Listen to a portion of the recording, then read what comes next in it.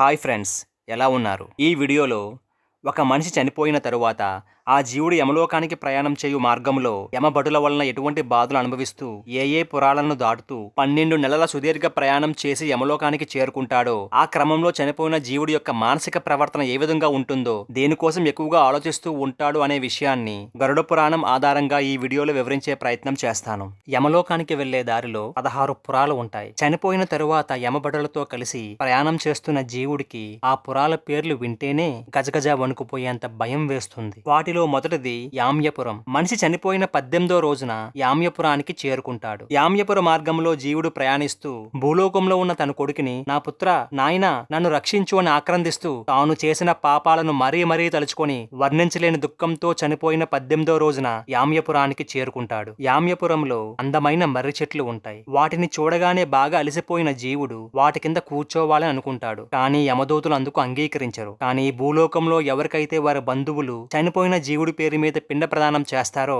వారికి మాత్రం మర్రిచెట్టు కింద కూర్చునే అవకాశాన్ని మాత్రం ఇస్తారు. చనిపోయిన జీవుడి పుత్రుల ద్వారానో లేదా అన్యుల ద్వారానో గాని, జాలితో గాని, స్నేహపూర్వకంగా గాని భూమిపైన చేయబడిన పిండదానాలు ఒకవేళ అంది ఉంటే వాటిని జీవుడు తినడానికి యమభటులు అంగీకరిస్తారు. కానీ ఏ జీవుడైతే వాడు చనిపోయిన తరువాత భూలోకంలో వాడికి సంబంధించిన వాళ్ళ ద్వారా పిండ ప్రదానం అందదో అటువంటి జీవుల యొక్క ఆక్రందన ఎలా ఉంటుందంటే, అయ్యో, నేను భరతఖండంలో సనాతన ధర్మంలో పుట్టి ఉంటే, నా పిల్లలకు ధర్మ సంబంధమైన విషయాలలో వారికి నేను అవగాహన కల్పించి ఉంటే ఈనాడు నాకు ఈ గతి పట్టేది కాదు కదా, ఆకలి దప్పికలతో మరణాంతర జీవితాన్ని అనుభవించే వాడిని కాదు కదా అంటూ భయంకరంగా వెలిపిస్తూ ఉంటాడు. తరువాత అక్కడి నుండి జీవుడు సౌరపురి వైపు ప్రయాణం సాగిస్తాడు. అక్కడికి చేరేదాకా పాపాలు చేసి మరణించిన ఆ జీవుడిని యమదూతుల ముద్గరాలతో, అనగా సుత్తి లాంటి పెద్ద ఇనప వస్తువుతో కొడుతూ ఉంటారు. ఆ దెబ్బలు తింటూ భరించలేక జీవుడు ఇలా వెలిపిస్తాడు, అయ్యో, ఎంత పని చేశానో. నేను బ్రతికి ఉన్నప్పుడు మనుషులకు గాని జంతువులకు గాని ఏనాడు ఎటువంటి తృప్తి చెందే విధంగా ఒక్క సహాయం కూడా చేయలేదు కదా. అధమపక్షం ఒక జలాశయాన్ని తవ్వించి కొందరు దాహాన్ని తీర్చినా నాకీ బాధ ఉండేది కాదు కదా.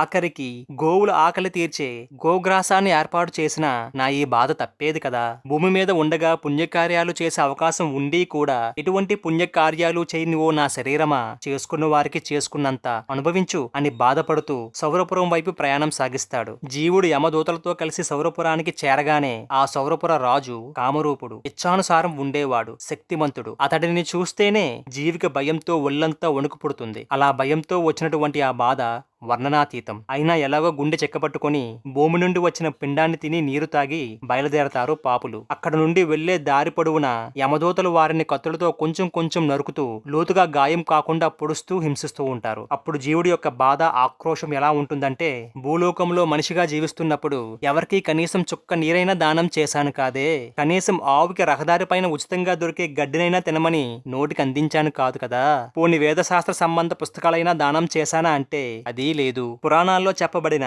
తీర్థయాత్రాది సత్కర్మలను కూడా చేయలేదు కదా, కాబట్టి ఈ బాధలన్నీ పడుతున్నాను అని ఎంతో దుఃఖిస్తూ ఉంటాడు. తరువాత జీవుడు నగేంద్ర నగరం చేరుకుంటాడు. అక్కడ జీవికి తన బంధువులు 2వ మాసంలో పెట్టిన ఆహారం లభిస్తుంది. వాటిని ఆరగించిన తరువాత అక్కడ నుండి మరలా బయలుదేరిన పాపులను యమదూతల కత్తులతో పొడుస్తూ తోలుకుపోతూ ఉంటారు. ఆ సమయంలో జీవి ఇలా ఆక్రందిస్తాడు, ఎన్నో జన్మల పుణ్యఫలం మానవ జన్మ. ఆ జన్మలో పుణ్యాలు చేసినా కనీసం పాపాలు చేయకుండా ఉంటే నా ఈ యమమార్గ యాత్ర ఇంత దారుణంగా ఉండేది కాదు కదా అని బాధపడతాడు. ఇలా విలపిస్తున్న జీవుడు 3వ నెల పూర్తయ్యేసరికి గంధర్వ నగరాన్ని చేరుకుంటాడు. అక్కడ తన వారు తనకు పెట్టిన 3వ మాసిక పిండాన్ని తిని మరలా బయలుదేరతాడు. మార్గంలో యమదూతలు పాపులను కత్తిమొనలతో పొడుస్తూ తీసుకెళ్తారు. కింద ముళ్ళు, రాళ్ళు, మధ్యలో కత్తిమొన, పైనుంచి ప్రచండ బాణుని పెనువేడి కిరణాలు సూదుల్లా గుచ్చుకుంటూ ఉంటే చేసిన పాపాలు గుర్తుకొస్తూ ఉంటే చేయని పుణ్యాలను తలుచుకుంటూ పాపులు ఎలుగెత్తి రోధిస్తారు, ఓ శరీరమా, మనకి బాధలెందుకు తప్పడం లేదు, కనీసం తగ్గడం లేదు అంటే నేను ఏనాడో ఎవరికి ఏ దానమూ చేయలేదు కదా,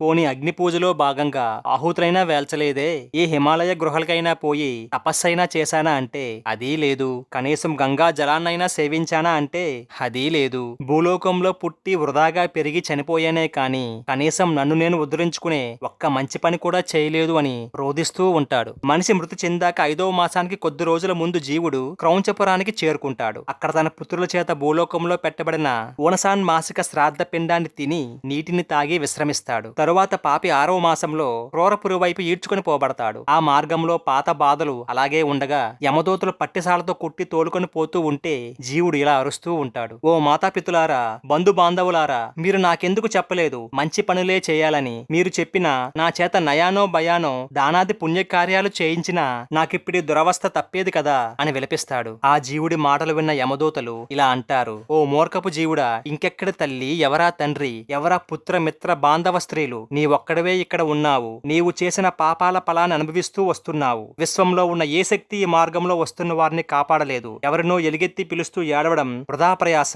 పరలోకంలో జీవించే వారికి పరాశ్రమం అంటూ ఉండదు. నీ స్వకర్మార్జిత పాపపుణ్యాలే నిన్నిక్కడికి తీసుకుని వచ్చాయి. ఇక్కడ నీ అధికారం పనిచేయదు. క్రయ విక్రయాదులకు గాని పలుకుబడులు గాని ఇక్కడ ఉపయోగించి సుఖాన్ని పొందలేవు అని బిగ్గరగా నవ్వుతూ అదిలిస్తూ శూలాలతో పొడుస్తూ విచిత్ర నగరం వైపు పాపిని తీసుకుని వెళ్తున్నప్పుడు జీవుడు ఇలా గోల పెడతాడు. అయ్యో, నా ఈ బాధలు భరించలేకపోతున్నానే. చచ్చాననుకున్నాను కానీ బతికే ఉంటానని, ఈ బతుక్కి చావే లేదని ఇప్పుడే తెలుస్తోందని రోధిస్తూ జీవుడు విచిత్ర నగరంలోనికి ప్రవేశిస్తాడు. అక్కడ విచిత్రుడను పేరుగల రాజు ఉంటాడు. జీవులకి వారి బంధువులు భూలోకంలో పెట్టిన షాన్మాసిక పిండాలను ఆరగించి మరో నగరం వైపు లాక్కొని పోబడతారు. జీవుడు దారిలో యమదూతల చేత దెబ్బలు తింటూ విపరీతంగా భయపడిపోయి అతి కష్టం మీద ముందుకు పోతూ ఇలా విలపిస్తాడు. అమ్మా నాన్నలారా, అన్నదమ్ముల్లారా, కుమారుల్లారా, నన్ను ఈ దుఃఖసాగరం నుంచి ఎవరూ ఉద్ధరించలేరా అంటూ ఏడుస్తూ ఆ జీవి అలా ముందుకు సాగుతూ ఉంటుంది. ఈ వీడియో మీకు నచ్చినైతే లైక్ చేయండి, షేర్ చేయండి, కామెంట్ చేయండి. అలాగే మా ఛానల్ కూడా సబ్స్క్రైబ్ చేసుకోండి. పక్కన గంట మాత్రం కొత్త మర్చిపోకండి.